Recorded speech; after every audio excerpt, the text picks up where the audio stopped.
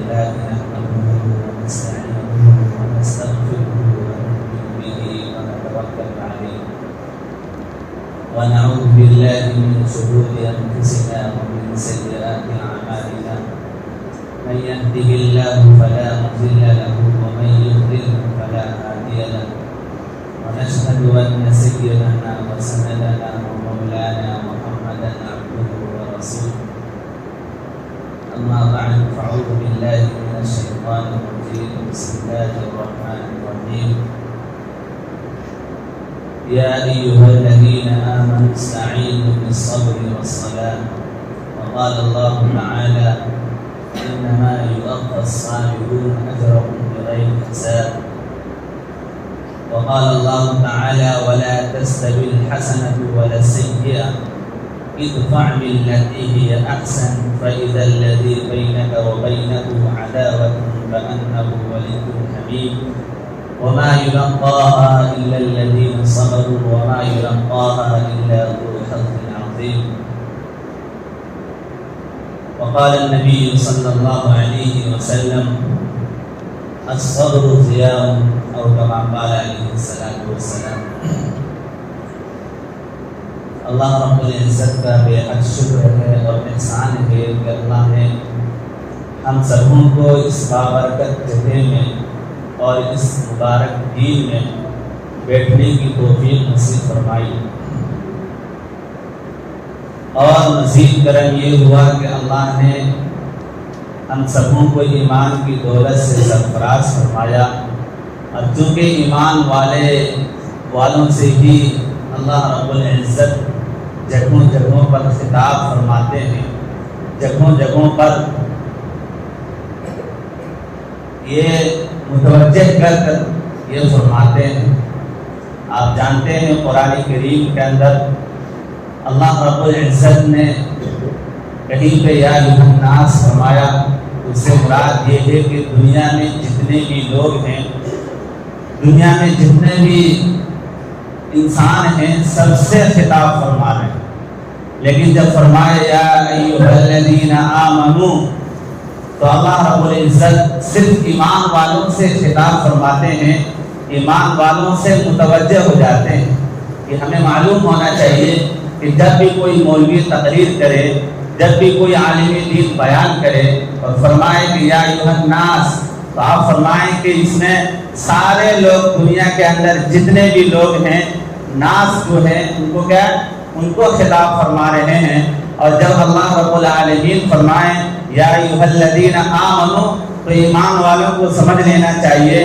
کہ یہ کافروں اور مشرکوں اور لوگوں کے بارے میں نہیں فرما رہے ہیں بلکہ اللہ رب العزت ہم سے خطاب فرما رہے ہیں تو اللہ کا شکر ہے کہ اللہ نے ہم سبوں کی ایمان کی دولت سے سرفراز فرمایا اور ہم نے ایک آیت پڑھی یا ایھا الذین آمنوا استعینوا بالصبر والصلاۃ جانتے ہوں گے کچھ لوگ سنتے ہوں گے کہ اس کے اندر اللہ رب العزت کیا فرماتے ہیں کہ اے ایمان والو صبر سے اور نماز کے ذریعے سے مدد مانگو کیا فرمایا یا ایھا الذین آمنوا استعینوا بالصبر والصلاۃ کہ صبر کے ذریعے سے اور نماز کے ذریعے سے تم مدد چاہو اب ہم لوگ دیکھیں کتنا مدد چاہ رہے ہیں نماز کے ذریعے سے اور صبر کے ذریعے سے ہم لوگوں کی نمازیں تو قضا ہو رہی ہیں کیا ہم نماز کے ذریعے سے ہم مدد چاہ رہے ہیں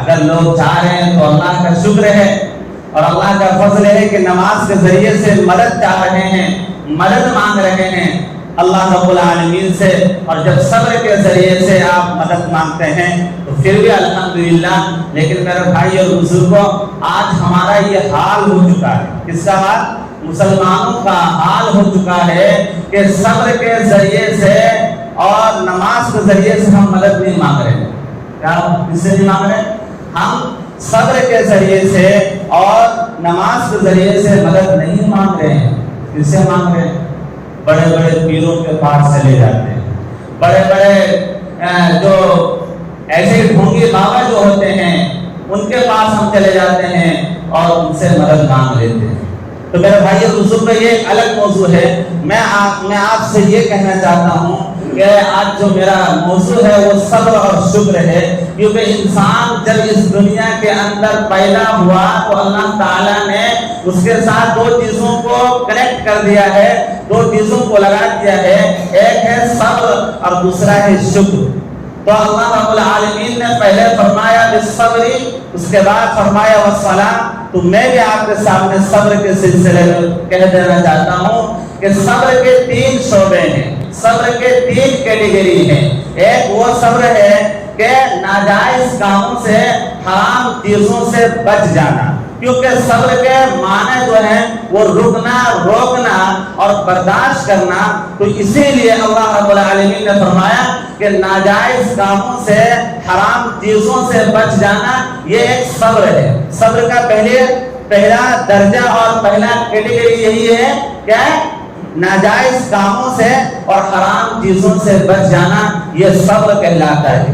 دوسرا کیٹیگری، دوسرا مرحلہ اور دوسرا درجہ کیا ہے کہ طاعت و عبادات پر پابند ہو جانا، یعنی نماز، روزہ، زکوٰۃ، حج، یہ ساری چیزیں کیا ہیں؟ اللہ کی عبادات ہیں، اللہ کی اطاعتیں ہیں۔ ان پر کیا ہے؟ بالکل پورے طور پر کیا کہتے ہیں؟ پورے طور پر جو ہے آ جانا، مکمل طور پر پابند ہو جانا، یہ ایک صبر کہلاتا ہے۔ اور تیسرا کیٹیگری جو ہم لوگ سب لوگ جانتے ہیں، کیا تیسرا کیٹیگری کیا ہے؟ ہم سبھی لوگ جانتے ہیں کہ جب مصیبت آ جائے تو صبر کر لینا چاہیے، جب کوئی آفات آ جائے، کوئی پریشانی کا معاملہ آ جائے تو صبر کر لینا چاہیے۔ اکثر علماء کرام یہی بتاتے ہیں، کیا کوئی پریشانی آ جائے، کوئی مصیبت آ جائے تو صبر کر لینا چاہیے۔ لیکن یہ دوسرے جو پہلے کے جو 2 کیٹیگری ہے، جو 2 درجے ہیں، یہ بہت ہی کم علماء کرام بیان کرتے ہیں کہ ناجائز کاموں سے رک جانا یہ بھی ایک صبر ہے، اور پھر جو ہے اللہ کی اطاعت اور اللہ کی عبادتوں پر پابند ہو جانا یہ بھی ایک صبر ہے۔ لیکن اس کو بیان نہیں کرتے۔ جب لوگ بیان نہیں کرتے تو ہم لوگ عمل بھی نہیں کرتے۔ ہم لوگ کیا عمل بھی نہیں کرتے۔ ہم لوگ سوچتے ہیں صرف پریشانی میں اپنے آپ کو روک لینا، برداشت کر لینا، صبر کر لینا، تحمل کے ساتھ جو ہے پیش آ جانا، یہ ہم لوگ کہتے ہیں کہ یہ صبر ہے۔ حالانکہ میرے بھائی اور بزرگوں، صبر کے 3 ارکان ہیں، صبر کے 3 فرائض ہیں۔ جس طریقے سے ہم نماز پڑھتے ہیں تو نماز کے اندر جو فرائض ہیں اس کے بغیر نماز ہوتی نہیں، ویسے ہی صبر کے بارے میں اگر جو شخص ان 3 چیزوں پر عمل نہیں کرتا ہے تو وہ زندگی کے اندر صبر ہی نہیں کر رہا ہے۔ کیسے آپ لوگ سمجھ نہیں پا رہے کہ ناجائز کاموں سے رک جانا اور حرام چیزوں سے بچ جانا یہ صبر کہلاتا ہے؟ یہ سمجھ میں نہیں آتا۔ میں آپ کو سمجھاتا ہوں کہ جب ایک انسان غلط چیزوں کی طرف اپنے قدم کو بڑھاتا ہے اور پھر اللہ کو یاد کر لیتا ہے، اس کے جذبات ابھر رہے ہیں، اس کے جذبات امڑ رہے ہیں، وہ سوچتا ہے کہ میں یہ کام کر لوں۔ فار ایگزامپل کوئی زنا کرنا چاہتا ہے، وہ ساری چیزیں مہیا ہیں لیکن وہ چلا جاتا ہے، لیکن دماغ میں یہ بات آ جاتی ہے کہ نہیں یہ غلط بات ہے، تو رکا نا، زنا سے بچ گیا، سود کھانے سے بچ گیا، حرام خوری سے بچ گیا، زناکاری سے بچ گیا، ٹھیک ہے، ساری چیزوں سے بچ گیا، تو کیا وہ صبر کہلاتا ہے؟ سمجھ میں آ گیا نا؟ یہ صبر ہے۔ یہ کیا ہے کہ ماں باپ کا انتقال ہو گیا، اس کا خاموشی کا اظہار کر لیا، تھوڑا سا رو دیے تو یہ صبر کہلایا۔ یہ تو صبر ہے ہی ہے، لیکن جو اصل صبر ہے کہ ناجائز کاموں سے رک جانا اور حرام چیزوں سے بچ جانا، یہ ہے صبر، پہلا صبر ہے۔ اور یہ صبر کا یہ فرض ہے کہ کرنا پڑے گا۔ اگر آپ نے یہ چیزیں نہیں کی تو آپ صبر کر ہی نہیں رہے زندگی۔ دوسرا چیز کیا ہے؟ طاعت و عبادات، اللہ کی جو عبادتیں ہیں اور اللہ کی اطاعت جو اللہ نے حکم فرمایا ہے کرنے کا، جو ہے کرنے کا فرمایا ہے، نہ کرنے کا جو حکم فرمایا ہے اس کی پابندی کرنا، یہ صبر کہلاتا ہے۔ اللہ تعالیٰ کہتے ہیں اقیموا الصلاۃ وآتوا الزکاۃ، نماز قائم کرو، زکات دو، ٹھیک ہے نا؟ اسی طریقے اللہ رب العالمین فرماتے ہیں کہ زنا سے بچ جاؤ، حرام خوری سے بچ جاؤ اور زکات ادا کرو، روزے رکھو، کہ اللہ کے اطاعت ہیں، اللہ کے یہ عبادات ہیں۔ اگر ان پر پابندی کر لیتے ہیں تو پھر سمجھ لیجئے کہ آپ صابر ہیں، آپ صبر کر رہے ہیں۔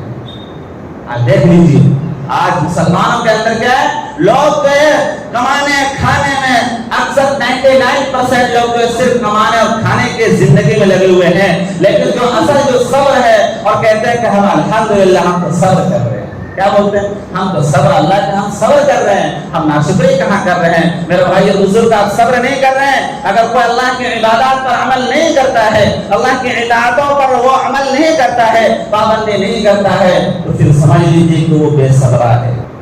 اس کے بعد فرمایا تیسرا درجہ صبر. ہم لوگ سب لوگ جانتے ہیں کوئی مصیبت آ گئی، کوئی آفت آ گئی، گھر ہو یا باہر ہو، کہیں بھی مصیبت آ گئی تو وہاں پہ سائلنٹ ہو جانا، اپنے آپ کو خاموش کر لینا، قابو کر لینا، قابو میں اپنے آپ کو قابو کر لینا، یہ کیا صبر کہلاتا ہے. میرے بھائیو بزرگو، یہ ہم لوگوں نے صبر کو سمجھا ہے. صبر ہے کیا؟ اور فرمایا آگے دیکھیے صبر کرنے کے بعد صبر کے بارے میں اللہ رب العالمین کیا فرماتے ہیں. اگر یہ تین چیزوں پر کوئی شخص اپنی زندگی میں کرتا ہے، اپنی زندگی میں لاتا ہے، عمل کرتا ہے، تو اللہ رب العالمین نے فرمایا انما یوفی الصابرون اجرهم بغیر حساب. کہ اللہ رب العالمین فرماتے ہیں کہ جو آدمی صبر پر عمل کرتا ہے، صبر کرتا ہے، تو اللہ رب العالمین بغیر حساب کے جنت میں داخل کر دیں گے. اتنا کٹھن تین چیزوں جو ہے، تین چیزوں پر عمل کرنا کتنا بھاری ہے. ایسے جنت مل جائے گی. لوگ کہتے ہیں ہم تو ایمان والے ہیں، ہمارے دل میں ایمان ہے، ہم تو ہم ایمان والے کے گھر میں پیدا ہو، ہم تو جنت میں جلے کریں گے. بولتے جلے کریں گے. لیکن وہ لوگ نہیں سمجھتے ہیں کہ صبر کیا ہے. میرے بھائی بغیر حساب کے جنت میں جانا بہت مشکل ہے، بہت مشکل ہے. آپ لوگ جانتے ہیں. اسی طریقے سے فرمایا کہ صبر کون کرتا ہے. دماغ میں آ سکتی ہے بات کہ کون لوگ صبر کرتے ہیں اور کن کن مراحلوں پر صبر کرتے ہیں. اللہ رب العالمین دوسری جگہ پر ارشاد فرماتے ہیں وَلَا تَسْتَوِي الْحَسَنَةُ وَلَا السَّيِّئَةُ ادْفَعْ بِالَّتِي هِيَ أَحْسَنُ فَإِذَا الَّذِي بَيْنَكَ وَبَيْنَهُ عَدَاوَةٌ كَأَنَّهُ وَلِيٌّ حَمِيمٌ وَمَا يُلَقَّاهَا إِلَّا الَّذِينَ صَبَرُوا وَمَا يُلَقَّاهَا إِلَّا ذُو حَظٍّ عَظِيمٍ. یہ آیت بہت لمبی ہے، لیکن فرمایا اللہ رب العالمین کہ برائی اور بھلائی دونوں برابر نہیں ہے. ہم لوگ سب جانتے ہیں یہ، اتنی بات تو ہم لوگ سبھی جانتے ہیں کہ برائی اور بھلائی برابر نہیں ہے. فَإِذَا الَّذِي بَيْنَكَ وَبَيْنَهُ عَدَاوَةٌ كَأَنَّهُ وَلِيٌّ حَمِيمٌ.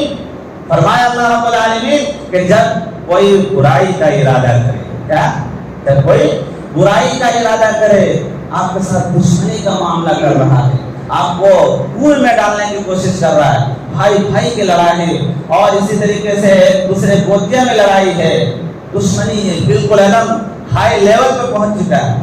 اس وقت اگر آپ بھلائی سے جواب دیتے ہیں، اچھائی سے جواب دیتے ہیں، کیا دیتے ہیں؟ اگر کوئی آپ کے ساتھ برائی کا ارادہ کرتا ہے، آپ کو قتل کرنے کی سازش کرتا ہے، اسی طریقے سے آپ کو مارنے کی کوشش کرتا ہے، اسی طریقے سے آپ کے مال کو خراب کرنے کے لیے یا اسی طریقے سے مال کو ضائع کرنے کے لیے کھڑا ہو جاتا ہے، تو اللہ رب العالمین نے فرمایا کہ اس کے ساتھ بھلائی سے جواب، بھلائی کے ساتھ اس کے ساتھ پیش آؤ. اور فرمایا کہ جب تم بھلائی سے پیش آ جاؤ گے، اچھائی سے تم جواب دے دو گے، تو کیا فرمایا کأنہ ولی حمیم، ویسے ہو جائیں گے جیسے دونوں دوست تھے. کیا دونوں دوست تھے، دونوں کیا دونوں بالکل پکے سچے دوست تھے. اور فرمایا آگے وما یلقاها الا الذین صبروا. فرمایا کون لوگ کر سکتے ہیں؟ ابھی کیا ہے کہ لڑائی ہو جائے، بھائی بھائی میں لڑائی ہو جائے، اور اسی طرح پڑوسی میں لڑائی ہو جائے، تو کیا ہے موت کو اپنا کرتے رکھتے ہیں، میں کیسے چھپ جاؤں گا. کیا برائی کا ارادہ کر رہے ہیں، مارنے کے لیے سازش کر رہے ہیں، اور پھر کہتے ہیں کہ ہم کیسے چھپ جائیں. اور اگر اگلا والا آدمی بھی موت کو اٹیک کر لے تو کیا ہو، آپس میں لڑائی ہو جائے گی، دل ٹوٹ جائیں گے، گھر برباد ہو جائیں گے. تو فرمایا کہ جو دوست بن جاتا ہے، جو برائی کا جواب بھلائی سے دیتا ہے، کون دیتا ہے؟ اللہ رب العالمین فرماتے ہیں وَمَا يُلَقَّاهَا إِلَّا الَّذِينَ صَبَرُوا. وہی لوگ جواب دے سکتے ہیں برائی کا بھلائی سے جو صبر کرتے ہیں. اور آگے آیت کے اندر اللہ رب العالمین فرماتے ہیں کہ جب وہ صبر کر لیتا ہے اور بھلائی کا جواب، برائی کا جواب بھلائی سے دیتا ہے، تو فرمایا اللہ رب العالمین کہ بہت بڑی نعمت ہے میرے بھائی. اگر جس کے اندر صبر کی طاقت دلوں کے اندر آ گئی، صبر کرنے کا جذبہ آ گیا، تو میرے بھائی بزرگ اللہ رب العالمین نے اسے بہت بڑی دولت دی تھی، بہت بڑی نعمت دے دی تھی۔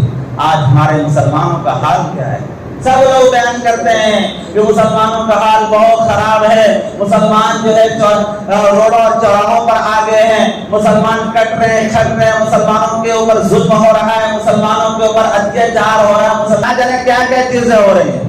لیکن میرے بھائیو بزرگوں، کیا ہم لوگوں نے اپنے دعوت میں گریبان میں جھانک کر دیکھا کہ ہمارے اندر کیا کمی ہے؟ ہمارے اندر کیا کمی ہے؟ ہم نے جھانکا۔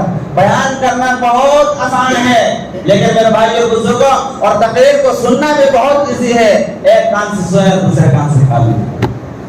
صبر کے اندر اگر کوئی شخص عمل کرتا ہے، ان تین مرحلوں پر یعنی ناجائز کاموں سے رک جاتا ہے تو وہ صابر کہلاتا ہے، صبر کرنے والا کہلاتا ہے۔ اگر کوئی شخص اللہ کی عبادتوں پر، اللہ کی اطاعتوں پر پابندی کر لیتا ہے تو وہ صابر یعنی صبر کہلاتا ہے۔ اسی طریقے سے اگر کوئی شخص مصیبتوں اور آفتوں پر صبر کر لیتا ہے تو صابر یعنی شکر گزار بندہ بن جاتا ہے۔ اللہ رب العزت کل قیامت کے دن حشر کے میدان میں نفسی کا عالم ہوگا، کوئی کسی کا پرسان حال نہیں ہوگا، کوئی کسی نہیں پوچھے گا تم کہاں جا رہے، تمہارا حال کیا ہے۔ قرآن کریم کے اندر اللہ رب العالمین فرماتے ہیں یوم یفر المرء من اخیہ وامہ وابیہ وصاحبتہ وبنیہ۔ اس آیت کے تفسیر میں، اس آیت کے ترجمے کو دیکھیں، جا کر دیکھیں، قرآن کریم کے تفاسیر کو دیکھیں، اردو پڑھنا آئے تب نا، اردو پڑھیں اور دیکھیں قرآن کریم کیا کہتا ہے۔ نفسی کا عالم ہوگا، اس دن اور اس وقت کوئی کسی کا پرسان حال نہیں ہوگا۔ اس وقت اللہ رب العالمین فرمائیں گے کہاں ہیں وہ لوگ صبر کرنے والے، کہاں ہیں وہ صبر کرنے والے، شکر بجانے والے کہاں ہیں۔ اللہ رب العالمین کا ارشاد ہوگا کہاں ہیں وہ لوگ صبر کرتے تھے دنیا میں، یعنی ان تین درجوں پر عمل کرتے تھے، تو حکم ہوگا کہ وہ لوگ صبر کرنے والے ہیں۔ اللہ رب العالمین فرماتے ہیں کہ ان سبوں کو بغیر حساب و کتاب کی جنت میں داخل کر دیا جائے۔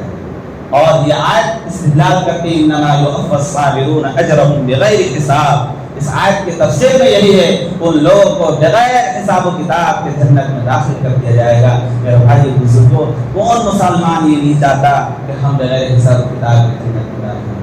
بتائیے کون مسلمان نہیں چاہتا ہے؟